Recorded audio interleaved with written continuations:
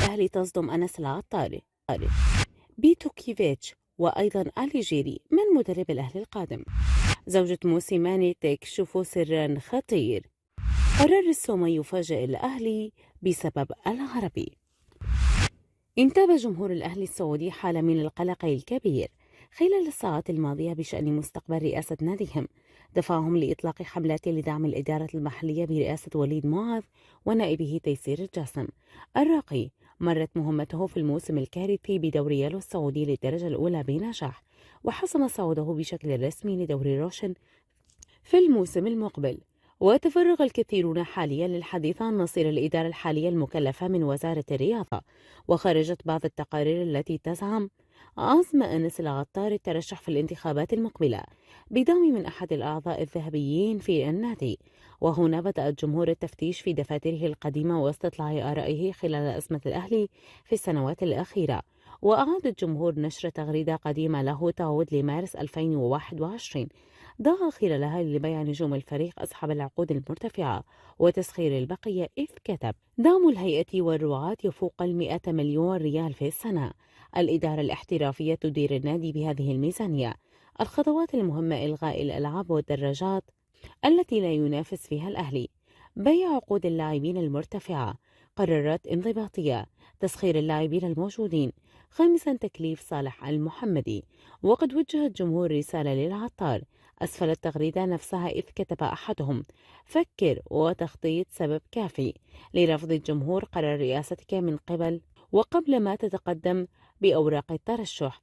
تغريدة أيقظت كل من يفضل إبعاد الإدارة الحالية، وعلق: أعطتنا انطباع عن عقلية أحد المترشحين لإدارة الأهلي. أتمنى يلي يعرض بعد اليوم على بقاء إدارة معاذ يشوفها يعينة لأحد المترشحين يطالب بتفريغ النادي من نجومه وإغلاق الألعاب المختلفة. والله إدارة معاذ قلبها على ناديكم، وإني لكم من الناصحين يا جمهور الأهلي، لا تعطون ثقتكم لغيرها. فيها سخيرة. ثالث، إغلاق النادي وتحويله لجمعية خيرية. الجدير بالذكر أن وليد معاذ وإدارته مكلفون من قبل وزارة الرياضة برئاسة عبد العزيز بن تركي الفيصل لنهاية الموسم الجاري، بعد تقديم ماجد الانفاعي لاستقالته في سبتمبر 2022.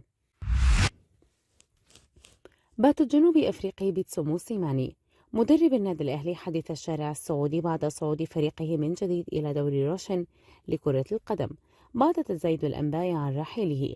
وكشفت التقارير الأخيرة عن سعي إدارة الأهلي للتوقيع من بين الثنائي وأحد منهم الإيطالي ميليانو أليجيري مدرب يوفنتوس الإيطالي حاليا، أو السويسري مدرب بوردو الفرنسي سابقا فلاديمير بيتوكيفيتش.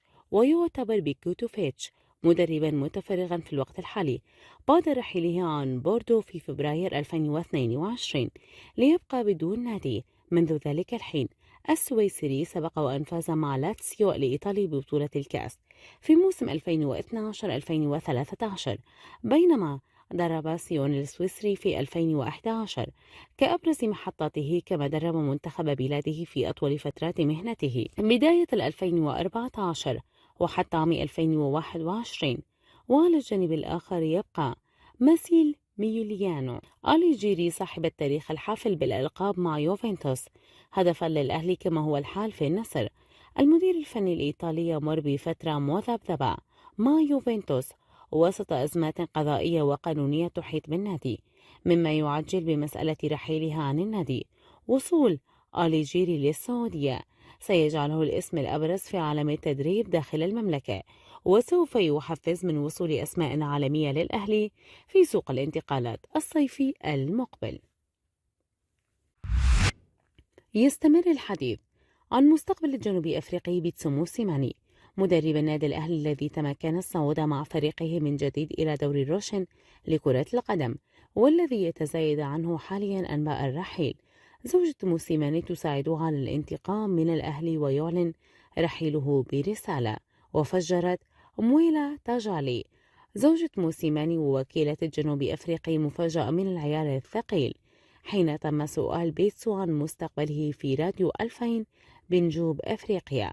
وقالت مويرا: أعتقد أن جنوب أفريقيا تعلم بأنه من العادي أن نستيقظ لنجد حدثا كبير، لذلك لا نريد أن نحرق تلك المفاجأة، لنترك الأمور هنا، ولكن نحن نطبخ مفاجأة.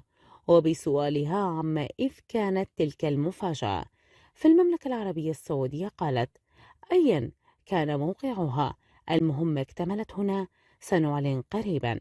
ومن جانب موسيماني، نشر الجنوب أفريقي رسالة غريبة عبر حسابه الشخصي على موقع تويتر للتواصل الاجتماعي، حيث أكد خلال تغريدته أن أنجز مهمته بنجاح مستخدما كلمة خلاص باللغة العربية. كشف النجم السوري عمر السومة مهاجم الفريق الأول لكرة القدم بنادي العربي القطري والمعار من صفوف الأهلي عن موقفه من العودة إلى الرقي بعد انتهاء موسمه في العربي. وتمكن السومة من قيادة العربي للتتويج بلقب كأس أمير قطر للمرة الأولى منذ 30 عاما بعد تسجيله هدفين في المباراة النهائية ليقود العربي للفوز على السد بنتيجة 3-0 على ملعب أحمد بن علي المونديالي. وقال السومة خلال تصريحات لفضائية الكأس القطرية: الحمد لله على الفوز والبطولة الغالية، تعبنا منذ بداية الموسم، ولكن بيئة العربية ساعدتني على التألق، واللاعبين كانوا على قلب رجل واحد. وحول مصيره مع العربي والعودة إلى الأهلي بعد انتهاء فترة الإعارة، قال السومة: والله لم أحدد وجهتي القادمة بعد.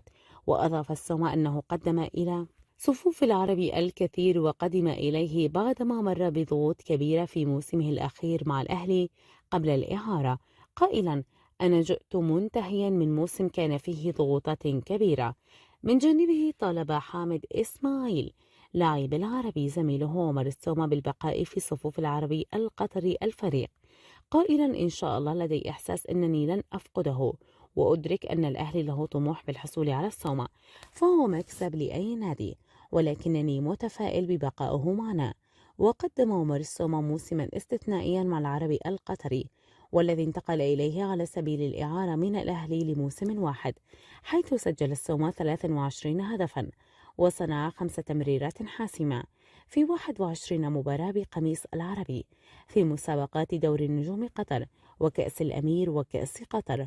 ويمتلك السومة رقما قياسيا مع الأهلي باعتباره الهداف التاريخي للدوري السعودي منذ تطبيق نظام الاحتراف في موسم 2008-2009 برصيد 144 هدفا. انتاب جمهور الأهلي السعودي حالة من القلق الكبير خلال الساعات الماضية بشأن مستقبل رئاسة ناديهم، دفعهم لإطلاق حملات لدعم الإدارة المحلية برئاسة وليد معاذ ونائبه تيسير الجاسم. الراقي مرت مهمته في الموسم الكارثي بدوري يالو السعودي للدرجة الأولى بنجاح،